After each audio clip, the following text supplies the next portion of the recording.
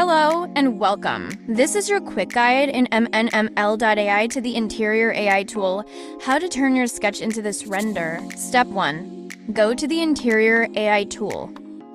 Upload your sketch or drag and drop it. Then choose the correct input image type. I'll show you each option. 3D mass, photo, drawing, wireframe, construction. Step 2. Choose your render type. Are you doing a redesign or an exact render? If you're redesigning your sketch, choose Creative Render. If you want to render your sketch exactly as it is, select Exact Render. Step 3.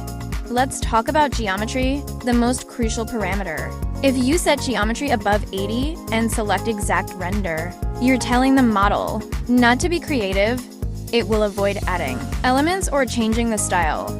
But if you set geometry between 50 to 75, you're allowing the model to be creative. It will redesign and enhance your design. Step 4. Room type. Choose the appropriate interior space, like living room, office, study room, restaurant, etc. Step 5. Room style. For exact render, just choose the style. The model will stick to your sketch without adding new elements. For creative render, the model will add elements and enhancements based on the style you select. Step 6. Additional prompt. In exact render, prompts are secondary. Since the geometry is high, the model won't modify much.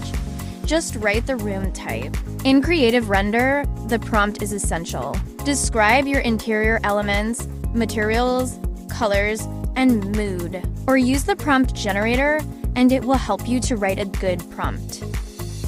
Step 7. Negative prompt. Use this to describe elements you don't want in the render. Step 8.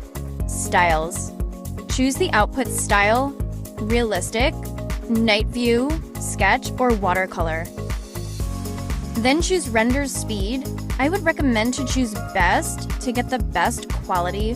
Final step, click generate. And that's it. From sketch to stunning render in seconds. Check the next guide to show how to get your renders animated in MNML AI.